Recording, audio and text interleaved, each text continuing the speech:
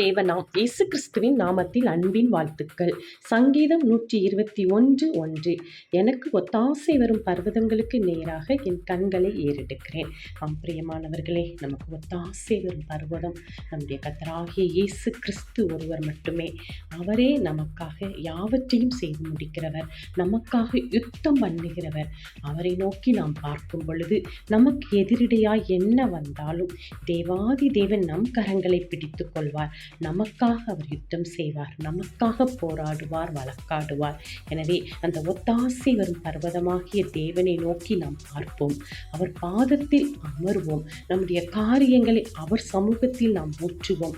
அப்பொழுது தேவாதி தேவன் முன் சென்று எல்லா காரியத்திலும் நமக்கு ஒத்தாசையை அனுப்பி நம்மை மேன்மையாக வாழ வைப்பார், நலமாக வாழ வைப்பார். நம்மோடே இருந்து பெரிய காரியங்களை செய்து நம்மை மேன்மைப்படுத்துவார். ஆமென்.